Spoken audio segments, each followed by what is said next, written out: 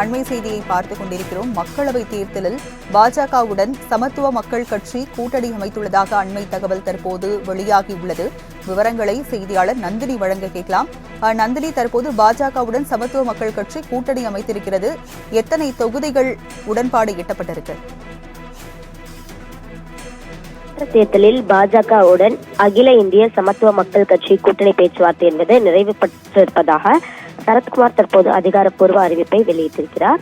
அந்த வகையில் பாஜகவின் தமிழக பொறுப்பாளர் அரவிந்த் மேனன் கடந்த பிப்ரவரி 28ஆம் தேதி தன்னை நேரில் சந்தித்து பாராளுமன்ற தேர்தலில் பாஜகவுடன் கூட்டணி அமைக்க வேண்டும் என்பது குறித்த முதற்கட்ட பேச்சுவார்த்தை நடத்தியதாகவும் அதில் ஒருமித்த கருத்துக்கள் உடன்பட்டதால் நேற்றைய தினத்தை பொறுத்தவரையில் மத்திய அமைச்சர் எல் முருகன், தேசிய செயலாளர் மற்றும் முன்னாள் சட்டமன்ற உறுப்பினர் ஹெச் ராஜா, பாஜக தமிழக பொறுப்பாளர் மற்றும் தேசிய செயலாளர் அரவிந்த் மேனன் ஆகிய மூவரும் குழுவாக வந்து தன்னை சந்தித்து கூட்டணி குறித்து மீண்டும் பேசினார்கள் எனவும் தெரிவிக்கப்பட்டிருக்கிறது.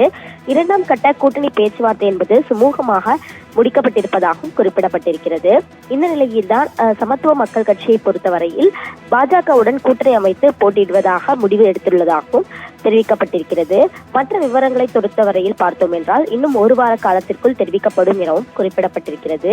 அந்த வகையில்தான் ஏற்கனவே பாஜக பொறுத்தவரையில் தமாக பாஜகவுடன் கூட்டணி இணைந்திருக்கக்கூடிய நிலையில் தற்போது சமத்துவ மக்கள் கட்சியும் பாஜகவுடன் கூட்டணி அமைத்து போட்டியிட இருக்கிறது. எத்தனை தொகுதிகள் ஒதுக்கீடு செய்யப்படும், எந்தெந்த தொகுதிகள் ஒதுக்கீடு செய்யப்பட இருக்கிறது என்பது குறித்த தகவல் இன்னும் ஒரு வாரத்திற்குள் வெளியாகும் எனவும் எதிர்பார்க்கப்படுகிறது.